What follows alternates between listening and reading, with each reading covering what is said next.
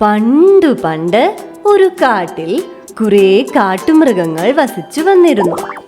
അതിൽ ഒരു കരടിയാണ് ഡിങ്കൻ. ഡിങ്കന് കുറെ കൂട്ടുകാരും ഉണ്ടായിരുന്നു. അങ്ങനെയിരിക്കെ ഒരു ദിവസം കാട്ടുതേൻ തിരഞ്ഞ് ഡിങ്കൻ പോകുന്നു.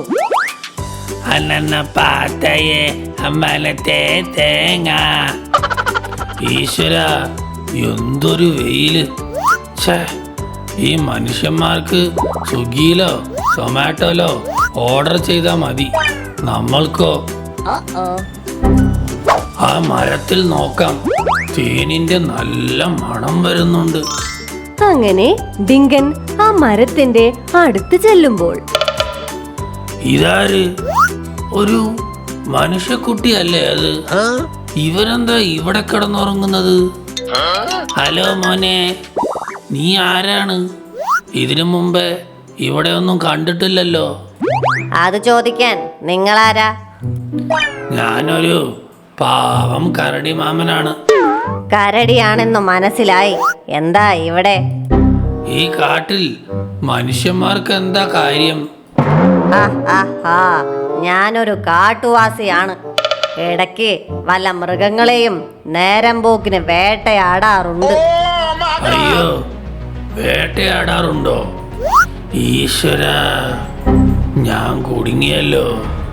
മണ്ടൻ കരടിയാണെന്ന് തോന്നുന്നു. ഒന്ന് പേടിപ്പിച്ചേക്കാം. ഞാൻ നല്ല വിശന്നിരിക്കുകയായിരുന്നു.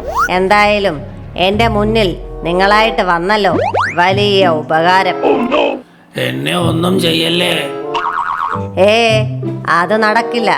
നിങ്ങളെ ഞാൻ വേട്ടയാടാൻ തീരുമാനിച്ചു.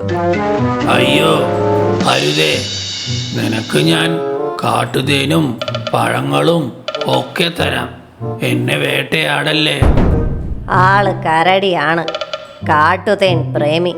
ഇവനെ മുതലാക്കണം. കുറെ കാട്ടുതേനും പഴങ്ങളും ഒക്കെ കിട്ടും. ഓ, അത് ശരി.